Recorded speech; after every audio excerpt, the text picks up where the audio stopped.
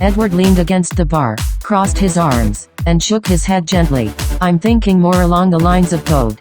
Thane blasted air through his nose in a snort. You goad me into some bullshit we both know doesn't need to be done. Edward shrugged negligently. I'm not mincing words here, he said, pulling a small caliber projectile handgun from his right leg cargo pocket. As I said, goad, a stimulus, he added, pointing the gun at Thane, his forearm resting on the bartop. You are going to breach the plasma shockwave, even if I have to drag you there, kicking and screaming. Thane said as he held up his hands, a grin on his face. You may want me to fill you in on a little something. You don't need to, I already know. Oh.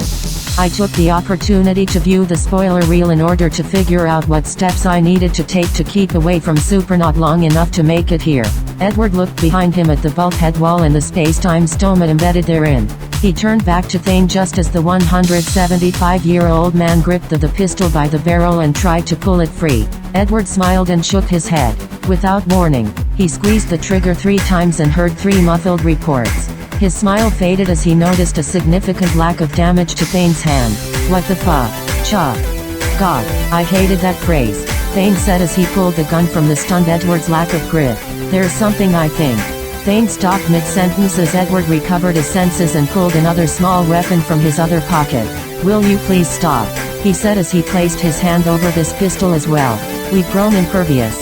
Well, you have a few more years yet. Edward grinned. Apparently even at this range, I get to look forward to something. He touched the firing tab and watched as a blue beam of energy blasted through the back of Thane's left hand. The blue beam made contact with the top of Thane's left deltoid muscle, searing a valley into the man. The beam dissipated harmlessly against the non-organic compounds of the bulkhead behind the old man. Are you ready to concede? He asked over Thane's howls of pain, watching gleefully as he collapsed behind the bar. You little shit. Thane spat. Just fucking kill me. No, Thane.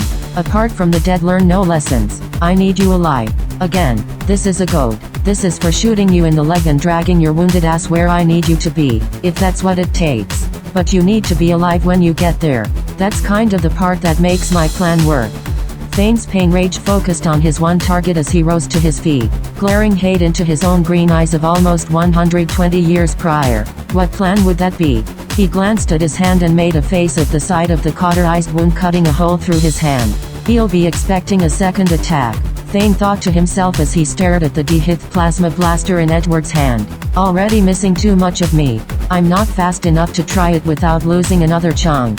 Edward shook his head sadly at his future self and walked toward the table on the far side of the lounge. It's the plan that I kept putting off because it was unfeasible. Until now. You are going to help me break us through the plasma shockwave of the Big Bang. Then felt the new thoughts of Edward's fill his head. What the fucking hell kind of psycho am I? The kind who can section off his mind in order to hold conversations like this without going mad. Edward shrugged. Kinda like how we have our own personality thing. Nathan was in charge until he was 25. I took over. Oh, don't worry. Once all is said and done, you'll be in charge of the body next year. I'll be conveniently locked away as bad memories. Into the gate, he ordered, gesturing with the blaster. I'd rather die.